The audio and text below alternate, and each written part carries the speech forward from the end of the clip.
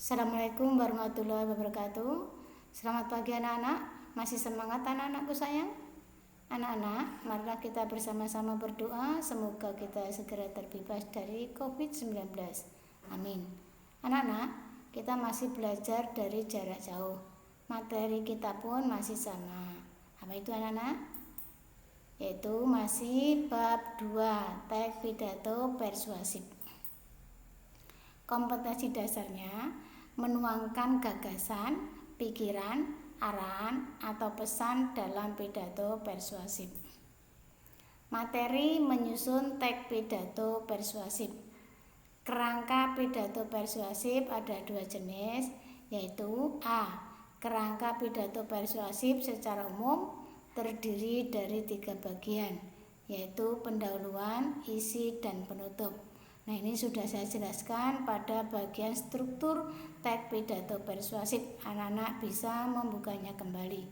Yang B, kerangka pidato secara khusus terdiri dari 2 bagian.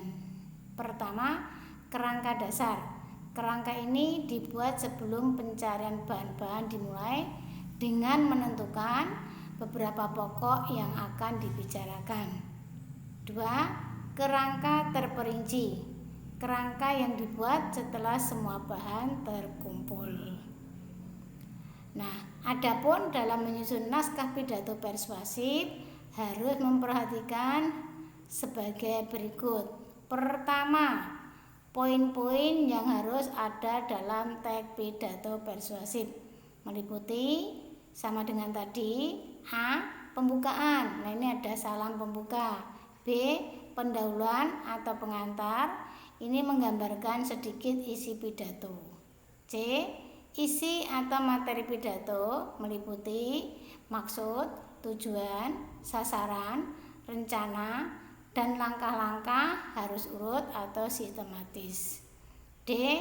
Penutup, kesimpulan, harapan, pesan, salam penutup.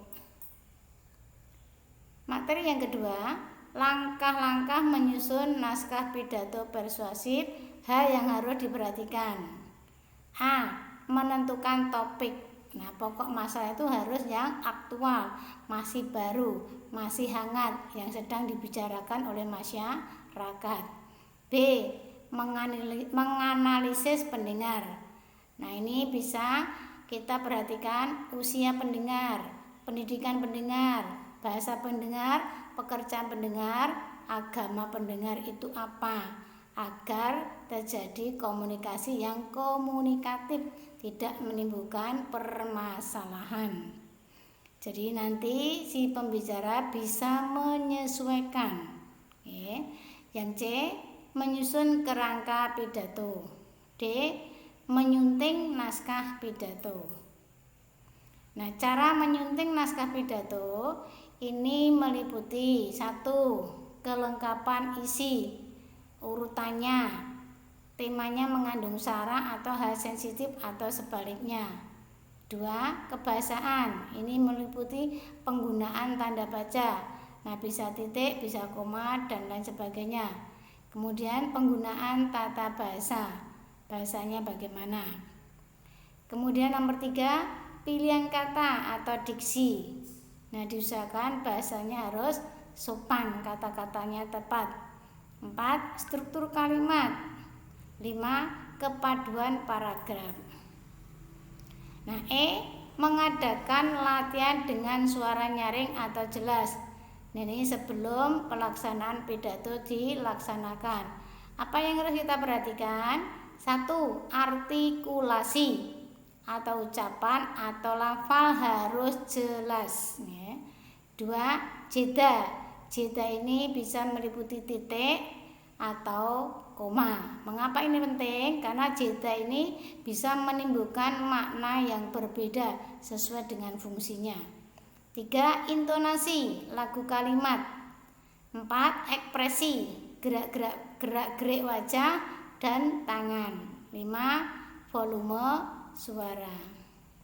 Nah, paham anak-anak?